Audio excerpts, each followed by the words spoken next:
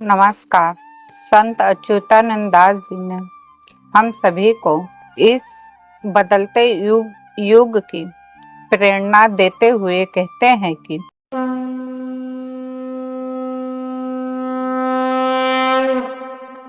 छप्पन कोटि जीव जंतु कोटि 23 देवी कहे अच्युत कृष्ण भगति जान बासबे थी वो। अर्थात 56 कोटि जीव जंतु की संख्या मनुष्य और अंडज, स्वदज और उद्भिज सब मिलाकर 56 करोड़ प्रकार के जीव जंतु इस धरती पर हैं। इस पर एक स्थान पर अच्युतानंद दास जी ने विशेष कर जोर दिया है कि सभी लोगों को भगवान की प्राप्ति नहीं होगी। धरती पर देवी देवताओं का जन्म भी हुआ है, पर जिनके पास वासना है, जिनमें पूर्ण संस्कार है, जो भगवान को ढूंढता है और जो गोलोक वैकुंठ से धरती पर आए हैं, केवल उन्हीं लोग भगवान की प्राप्ति की अभिलाषा कर पाएंगे। वासना होगी, केवल वही भगवान के शरण में आएंगे। केवल वही पवित्र भक्तगण अनंत युग को जाएंगे, भगवान के शासन में आनंद लाभ लेंगे, अत्यंत सुख का भोग करेंगे, दूर दूर तक दुख का नामो निशान नहीं होगा।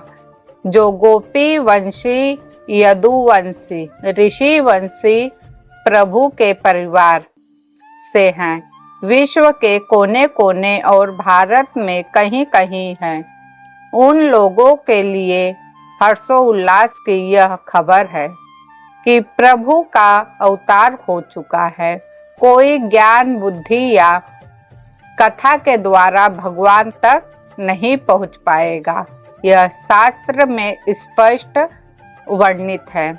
केवल निश्चल निर्मल भक्ति के द्वारा ही भक्तों को अनुभव होगा। सिर्फ 1 करोड़ में 1 भक्त को ही प्रभु की अनुभूति प्राप्त होगी और पूर्ण विश्वास हो जाएगा कि प्रभु धरती पर आ चुके हैं।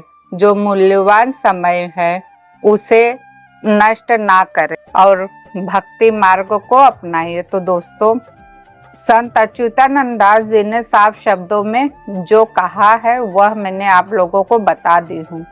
तो आगे बढ़ने से पहले अगर आप हमारे चैनल पर नए हैं तो हमारे चैनल को सब्सक्राइब कीजिएगा, बेल आइकन अवश्य दबाइए, लाइक शेयर कीजिएगा।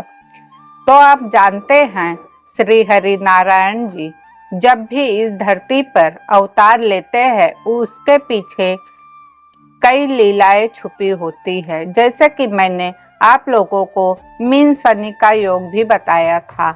आज हम छोटी सी कहानी के माध्यम से समझने की कोशिश करते हैं कि श्री हरि किस प्रकार से लीला करते हैं। देव ऋषि नारद एक दिन वह तपस्या में लीन हो गए और तपस्या करते वक्त वो उनकी जो ऊर्जा थी वह चरम सीमा पर पहुंच चुकी थी। पूरे ब्रह्मांड, पृथ्वी पे हर जगह वह ऊर्जा का प्रकाश हो रहा था और इस पर इंद्रदेव और 5 देवता मिलकर, जैसे जल, वायु, अग्नि, पृथ्वी, आकाश, ये सब मिलकर देव ऋषि की तपस्या को भंग करना चाहा, किंतु उनकी ऊर्जा इतनी प्रबल थी कि उन इंद्रदेव का वज्र भी काम नहीं हुआ, अन्य देवताओं के हथियार काम आए, सब निष्फल रहे। फिर जब तपस्या पूर्ण होती है, नारद मुनि अपने आंखों को खोलते हैं तो देखते हैं कि पूरे देवता उनकी तपस्या से जो ऊर्जा निकली है वो बंधे हुए। फिर नारद मुनि ने कहा ये कैसे हुआ। तब इंद्रदेव ने सारी घटना को स्पष्ट रूप से बताया। सुनते ही नारद मुनि को यह उनके में अहंकार जागृत हुआ कि मेरे से बड़ा तपस्वी इस धरती पर कोई नहीं है। जो इंद्र को हरा सकता है तो मैं सबसे महान तपस्वी है। अब उनके अंदर अहंकार की जागृति हुई। लेकिन इस पे शनिदेव ने, जब इंसान के अंदर अहंकार आता है तो शनिदेव अपना कर्म शुरू करते हैं। फिर शनिदेव ने उनके पर दृष्टि डाली और यही नारद मुनि की परीक्षा थी कि भक्ति के मार्ग को अपनाते हैं या भोग विलास में जाते हैं। क्योंकि जब इंसान के अंदर मैं का अहंकार होता है तो सारी तपस्या भूल बैठता है कि उसने क्या किया। वो अपने आप को बहुत ही महान समझता है। फिर ऐसे ही शनिदेव और नारायण जी मिलकर देव ऋषि के लिए एक माया रचते हैं। वह इतना सुंदर महल तैयार करते हैं। जब देव ऋषि के अंदर अहंकार होता है, वह भ्रमण करते हुए जाते हैं तो उन्हें वह सुंदर सा महल दिखाई देता है और वहाँ पर उनके स्वागत की तैयारी हुई होती है। वो सोचते हैं कि ये महल तो मैंने कभी देखा ही नहीं, चलो जाकर देखते हैं। जब जाते हैं तो देव ऋषि जी की जय जयकार होती है। जब देव ऋषि जी की जय जयकार होती तो उनका अभिमान और बढ़ता है और वह कहते हाँ, मैं सबसे महान तपस्वी हूँ, मेरे जैसा कोई नहीं। इस पर शनिदेव वहाँ पे मौजूद होते, लेकिन उन्होंने अपने रूप को बदला हुआ था और वही शनिदेव जी नारद मुनि के साथ उनके नौकर बनके होते हैं और पग पग पर उन्हें सही मार्ग दिखाने की कोशिश करते हैं। लेकिन जब इंसान के अंदर अहंकार आ जाता है तो किसी की बात उसे अच्छी नहीं लगती। वहाँ पे राजा की जो पुत्री थी उस पर नारद मुनि मोहित हो गए। नाम था मोहिनी। जब मोहित हो गए तो उसके बाद नारद मुनि को फिर भी शनिदेव ने समझाने की कोशिश की कि आपकी भक्ति में इतनी शक्ति है तो आप पूरे संसार के एकमात्र तपस्वी है, योगी है, आप तो महादेव से भी बढ़कर है। तो इस बात पे उन्हें और अहंकार आता है और फिर नारद मुनि मोहिनी पर जब मोहित हो जाते हैं तब उनके मन में विचार आता है कि मुझे इनसे विवाह कर लेना चाहिए। और फिर जो मोहिनी के पिता थे वह स्वयंवर की व्यवस्था करते हैं और ऋषि मुनि अपने जो साधारण आचरण में थे, जो तपस्वी रूप को त्याग कर पहले तो सोचते हैं कि मैं ऐसा कौन सा वेश धारण करूं जो मोहिनी को पसंद आए। तो वह श्री हरि के पास जाते हैं नारद मुनि और कहते हैं मुझे आपका हरिमुख चाहिए। तो हरि जी कहते हैं पक्का हरिमुखी चाहिए? बोलते हैं हाँ, उससे सुंदर कोई मुख हो ही नहीं सकता।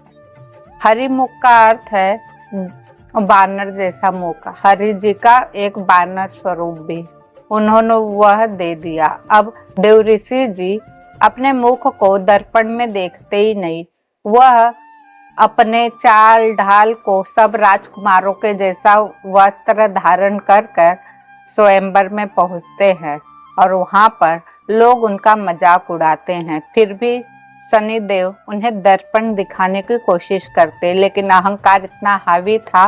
बोलते हैं मैं तो हरि मुख लेकर आया, मैं तो हरि जैसा सुंदर हूँ। तो इस वजह से दर्पण नहीं देखते। जब स्वयंवर होता है तो वहाँ श्री हरि नारायण जी प्रकट होते हैं और मोहिनी जी श्री हरि के गले में वरमाला डाल देती है। इससे देव ऋषि नारद जी बहुत ही क्रोधित होते हैं। फिर शनिदेव अपने वास्तविक रूप में आकर दर्पण दिखाते हैं देवऋषि को। तब दर्पण देखते ही वह और क्रोधित होते, बोलते हैं प्रभु आपने मेरे साथ छल किया, मैं तो हरि मुख मांगा था तो आपने मुझे बानर का मुख दे दिया। उसके बाद हरि जी कहते हैं तुमने ध्यान से सुनो, तुमने क्या कहा, हरि मुख चाहिए। हरि मुख का अर्थ ही होता है वानर मुख। मैंने दे दिया, मेरी उसमें कोई त्रुटि नहीं है, तुमने जो कहा मैंने वो प्रदान किया। इतने पे देव ऋषि नारद जी को और तेजी से क्रोध आता है और कहते हैं जिस प्रकार आज मेरा उपहास उड़ा है, मैं आपको श्राप देता हूँ कि ऐसे ही वानर वाला मुख आपको सहायता लेनी होगी और वही वानर मुख की पूजा होगी और आप स्त्री वियोग में तड़पेंगे। ये था देव ऋषि जी का श्राप, जो सीता के हरण में श्री हरि नारायण जी जो राम के रूप में अवतरित हुए थे, इसी श्राप के कारण उन्होंने मर्यादा पुरुषोत्तम की मर्यादा स्थापित की थी। क्योंकि जब भी देवता किसी को श्राप देते हैं वो कल्याणकारी होता है और हरि जी ने इस श्राप को स्वीकार किया और इसी प्रकार से उन्होंने राम अवतार लेकर रावण का अंत किया था और धर्म की संस्थापना की थी।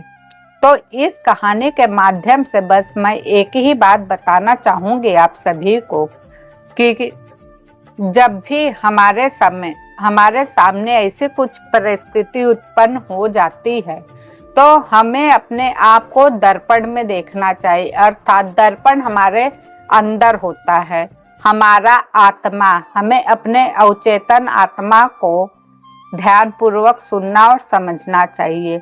जब भी इंसान अहंकार करता है उसका पतन निश्चित होता है और वह प्रत्येक कार्य गलत करते जाता है। मेरा इस कहानी का सुनाने का माध्यम बस एक ही था कि इस कहानी से आप सब जान सके, जब अहंकार जागृत होता है तब बहुत ही बड़ी समस्या उत्पन्न होती है और जाने अनजाने में हम ऐसी गलती कर देते हैं जिसके कर्मों का दंड हमें युगों युगों तक भुगतना पड़ता है और 84 के चक्कर में भटकना पड़ता है। तो दोस्तों, अगर इस कहानी के माध्यम से अगर आप लोगों को कुछ भी समझ में आया होगा तो आप लोग मेरे चैनल को सब्सक्राइब कीजिए, बेल आइकन दबाइए, लाइक शेयर अवश्य कीजिए और ऐसे ही जानकारी आप सभी के सामने मैं लाती रहूंगी और फिर मिलूंगी नई वीडियो में नई जानकारी के साथ। तब तक के लिए धन्यवाद। जय श्री कृष्णा, जय जगन्नाथ।